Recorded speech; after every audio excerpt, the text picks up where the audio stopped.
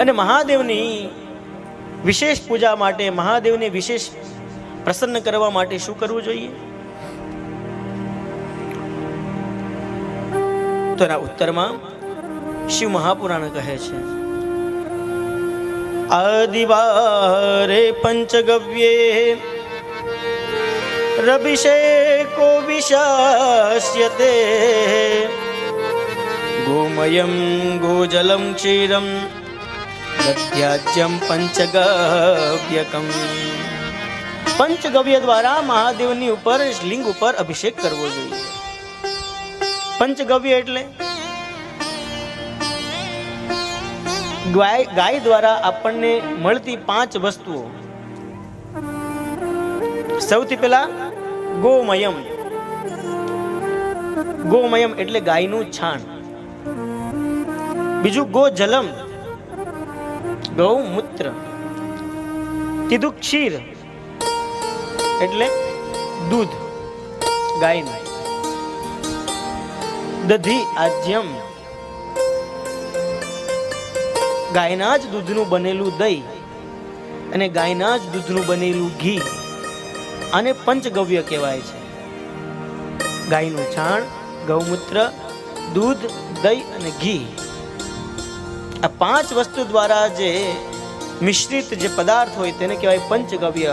અને પંચગવ્ય દ્વારા જો મહાદેવનો અભિષેક કરવામાં આવે તો મહાદેવ અતિ પ્રસન્ન થાય છે. આદિવારે, રવિવારના દિવસે પંચગવ્ય દ્વારા અભિષેક કરવો જોઈએ એવું શિવ મહાપુરાણ કહે છે સાહેબ.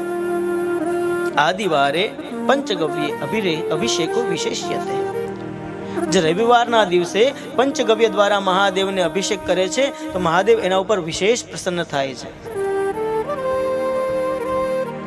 પરંતુ મહાદેવની પૂજા માટે 4 વસ્તુ ખૂબ જ અનિવાર્ય કીધી છે. જ્યારે મહાદેવની પૂજા કરો, મહાદેવનો અભિષેક કરો તો 4 વસ્તુ તો હોવી જ જોઈએ. કઈ કઈ? રુદ્રાક્ષ ધારણાત પાદ મર્ધમ વે ભૂતિ ધારણાત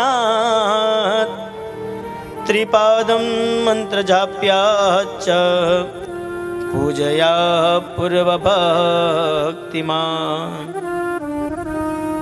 મનુષ્યએ મહાદેવની પૂજા માટે 4 વસ્તુ અવશ્ય ધારણ કરવી જોઈએ. સૌથી પહેલું શું? તો રુદ્રાક્ષમ ધારણ. સૌથી પહેલો રુદ્રાક્ષની ધારણ કરીને ત્યારબાદ મહાદેવની પૂજા કરવી જોઈએ. બીજું ભસ્મમ. ભસ્મ ધારણ કરવું જોઈએ. ત્રિપુંડ ધારણ કરવું જોઈએ. અગ્નિરીતિ ભસ્મ, વાયુરીતિ ભસ્મ, જલમિતિ ભસ્મ, સ્થલમિતિ ભસ્મ, વ્યોમિતિ ભસ્મ, સર્વગો હવા ઇદમ ભસ્મ, મન એતાની ચક્ષુ ગુકી ભસ્માની. આ મંત્ર દ્વારા ભસ્મને સિદ્ધ કરી અને ત્યારબાદ પોતાના અંગો ઉપર ભસ્મનું લેપન કરવું જોઈએ. ત્રીજું મંત્ર જાપ. આપણા ત્યાં બ્રાહ્મણોને બોલાવી અને મંત્ર જાપ કરાવવા જોઈએ. મંત્ર જાપ. અને ચોથું પૂજન, પૂજા. આ 4 વસ્તુ દ્વારા મહાદેવ અતિ પ્રસન્ન થાય છે.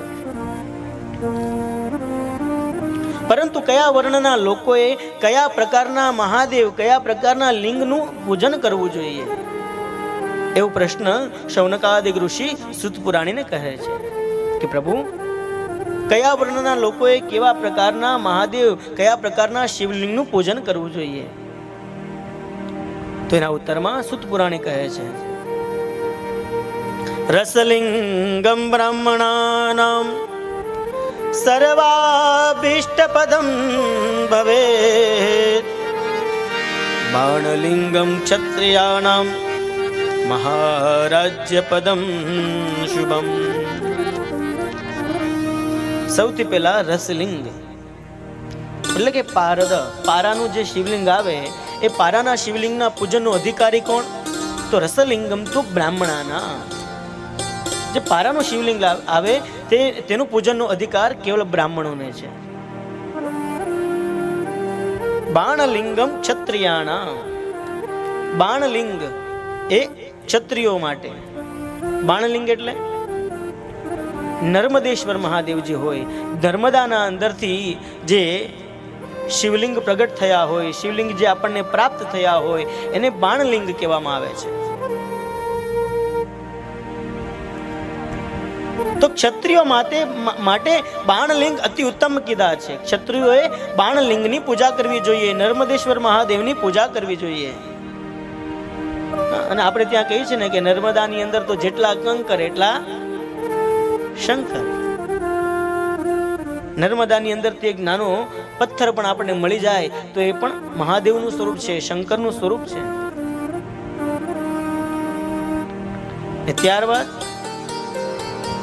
બ્રાહ્મણો માટે પારાનું શિવલિંગ, ક્ષત્રિયો માટે નર્મદેશ્વર અને વૈશ્યો માટે સ્વર્ણલિંગમ તુ વૈશ્યાનામ મહાગણપતિ ત્વદમ. વૈશ્યો માટે સુવર્ણનું બનેલું, સોનાનું બનેલું શિવલિંગ અતિ ઉત્તમ છે.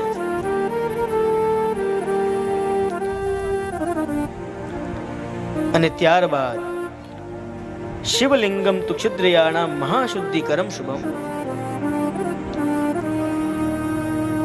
માટીથી બનેલું જે શિવલિંગ છે એ ક્ષુદ્રો માટે અતિ ઉત્તમ છે. સ્ફાટિકમ બાણલિંગમ ચ સર્વેષામ સર્વકામદમ. જો ઉપલબ્ધ ન થઈ શકે તો એક સ્ફટિકલિંગ અને બાણલિંગ એટલે કે નર્મદેશ્વર મહાદેવ, આ બંને શિવલિંગની પૂજા તો કોઈ પણ જાતિનો, કોઈ પણ વર્ણનો વ્યક્તિ કરી શકે છે.